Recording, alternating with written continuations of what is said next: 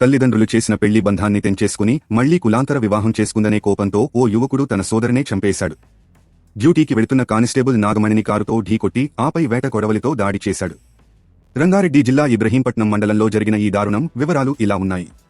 రాయపోలుకు చెందిన Nagamani constable Hayath Nagar police స్టేషన్లో విధులు నిర్వహిస్తున్నారు. ఆమెకు గతంలోనే వివాహం కాగా 10 నెలల క్రితమే విడాకులు తీసుకుంది.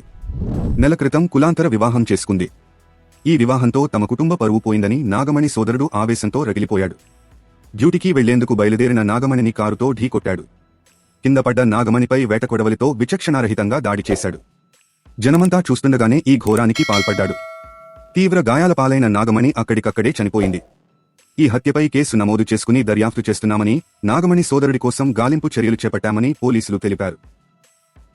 తాజా సమాచారం కోసం లైక్ చేయండి, సబ్స్క్రైబ్ చేయండి, నోటిఫికేషన్ల కోసం గంట సింబల్ ఆన్ చేసి పెట్టండి.